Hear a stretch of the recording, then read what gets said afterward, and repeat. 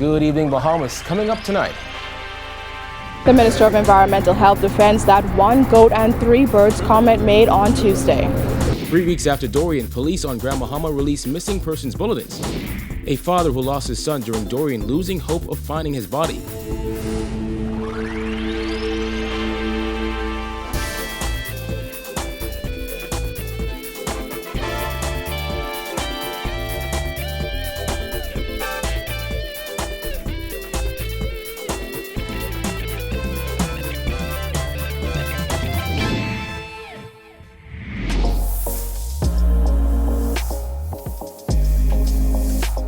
Our News is brought to you by Alive. Welcome to Our News and thanks for joining us. I'm Kyle Joaquin. Environment Minister Omar Ferreira tonight defending comments he made about the environmental impact the Equinor oil spill had on Grand Bahama. Despite his response being played in its entirety, Ferreira insists his comments were taken out of context in an attempt to attack his credibility. Georgia Bain reports.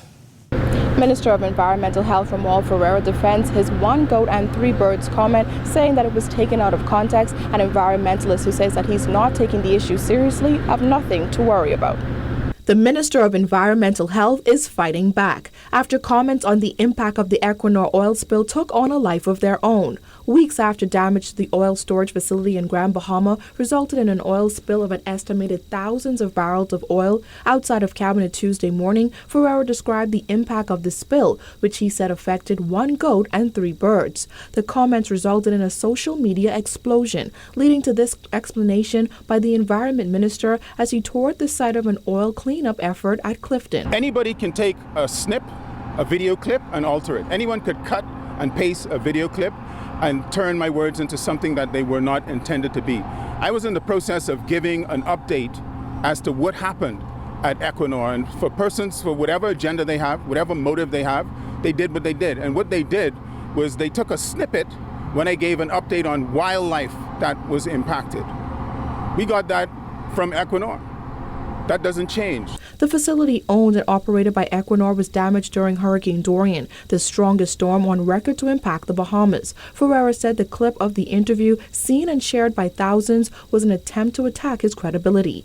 I explained very clearly that contaminated soil, which is a huge issue, was being recovered along with surface rock because we don't have that much soil. I explained that approximately 750 cubic yards of material had been collected on site. I explained all of that in the video clip, all of that, but none of that was shown in the cut and paste. So that, it was a clear attempt. I went even further. I said that 12,000 cubic meters of sludge was collected as well, which will be escorted out of the country or exported out of the country for final disposal under or pursuant to the Basel Convention. Environmentalists, however, did not find it funny and begged the Environment Minister to take the matter seriously, which the Environment Minister assured he is.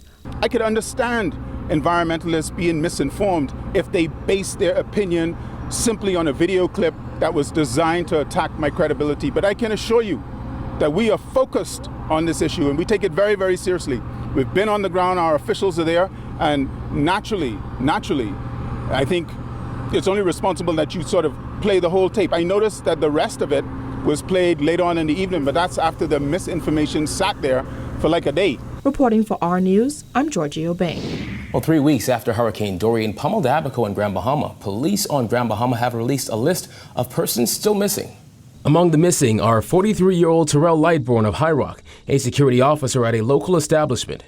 49-year-old George Lang, a fisherman also from High Rock. 63-year-old Clarence Jones, a retired teacher from High Rock. Also on that list, a High Rock family of 3, including 60-year-old Roswell Pinder, a security officer, 60-year-old Sybil Pinder, a customs broker, and 21-year-old Tanae Pinder, a student. If you have any information that can assist police with the whereabouts of the 6 missing, you're urged to contact Grand Bahama Police at 350-3014. Health Minister Dr. Dwayne Sand says that all bodies recovered in Grand Bahama post-Hurricane Durian have been identified except for 1. But he says the situation is much different in Abaco. Most of the autopsies have been done in Grand Bahama. There is 1 person or 1 body still not identified in Grand Bahama. That contrasts the situation that exists in Abaco, where we have only been able to identify 6 of the victims. thus far. Now, most of those remains have indeed been autopsied, but the overwhelming majority of those victims are not yet identified. According to the National Emergency Management Agency, the death toll from Hurricane Dorian now stands at 56, with 9 in Grand Bahama and 47 from Abaco. Sands was asked to explain the challenges identifying Abaco victims. We just don't have the ability to identify them. So we would need to have loved ones who could say that this is John Doe, this is Mary Smith, what have you, and that has not happened thus far. An Abaco father who says his son was swept away by Hurricane Dorian's storm surge has lost hope of finding his son's body. Jared Higgs has his story. 3 weeks ago, 39-year-old Adrian Farrington says he saw the dangerous winds of Hurricane Dorian fling his son off the roof of a home and into the life-threatening storm surges that dominated Abaco. He says it was the last time he saw his oldest son. I think the window for finding him is closed because they found a lot of bodies, and a lot of bodies were decomposed beyond recognition. So it ain't really no telling if they found him or they haven't found him. On September 4th, during an interview with Our News from his hospital room, Farrington recalled the life-shattering events that led to his son, Adrian Farrington Jr., being swept off to sea during the monstrous Category 5 storm. Today, the grieving father says he is trying to heal. It's a tough blow to take. I here trying to take it one day at a time. And, his mom, my condolences goes out to her, because she ain't taking it too well. I mean, nobody would, because it's a child we're talking about here. During our interview with Farrington outside Princess Margaret Hospital on Thursday, he affectionately hugged and played with his other son. He says having a relationship with the boy is important to him as it gives him hope. However, he admits that he was closer to the 5-year-old as they lived together in Abaco. Sometimes I watch other people and their kids walking around, and it is just bring back memories of my own. And it's really heartbreaking for me at times, but I just try to stay strong and ask God to give me strength in these times. After being in hospital well over 3 weeks, Farrington says he still needs to have surgery on his leg. He also tells us that his 39th birthday was just days after Hurricane Dorian ravaged the island he once called home. The carpenter by trade says he is desperate to get back on his own 2 feet. It ain't easy. I ain't used to just sitting down one spot, laying down. I'm a guy used to getting up 4 a.m. in the morning, getting ready to go to work, and just to be sitting in one place for so long. Reporting for Our News, I'm Jared Higgs.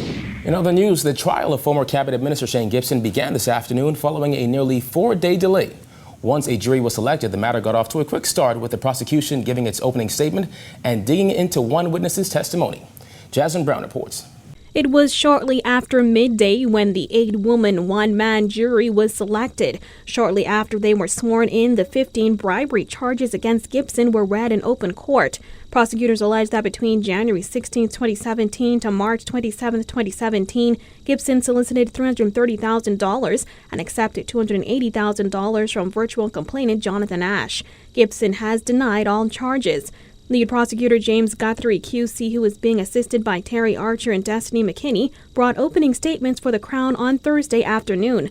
Guthrie told the court that the Crown was seeking to prove that when Gibson was a cabinet minister, he took advantage of his position by committing a number of serious crimes following Hurricane Matthew in October 2016. Guthrie said Ash was a contractor hired to assist with cleanup in New Providence, where he worked in the Bay Street and Centerville areas. Guthrie said as a result of the huge cleanup efforts, government owed Ash more than $1 million, and he was desperate to be paid after billing the government for large amounts of money. Guthrie said Ash complained to Jack Thompson, who was permanent secretary at the Office of the Prime Minister at the time. Guthrie said Jack Thompson then recommended Ash speak with Deborah Bastian, who was assigned to NEMA. The British QC said it was shortly after that Ash met with Bastian and Gibson at an office, and almost immediately after, Guthrie said Ash began making payments in order to have outstanding hurricane cleanup money paid to him. Following those opening arguments, 2 witnesses took the stand. One of them was Audrey Dames. The court officer in Commonwealth Bank's audit department testified about the authenticity of documents relating to Ash's account.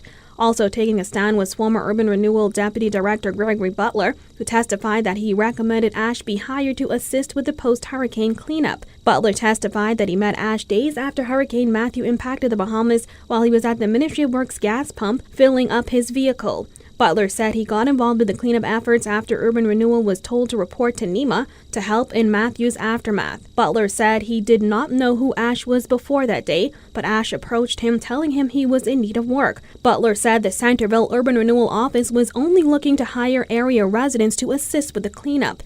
He says he then told Ash to call Bruce Walker, who he described as one of the Centerville boys. He testified that he also called Walker to recommend Ash. Defense attorney Damian Gomez QC asked Butler if he got any payments, to which Butler passionately said, "No, sir. I took no funds from Mr. Ash." He also said he was shocked Ash would tell investigators that. When asked by the jury why he believed Ash's story, having not met him before, Butler says he grew up in the Centerville area and believed Ash was related to residents with the same surname.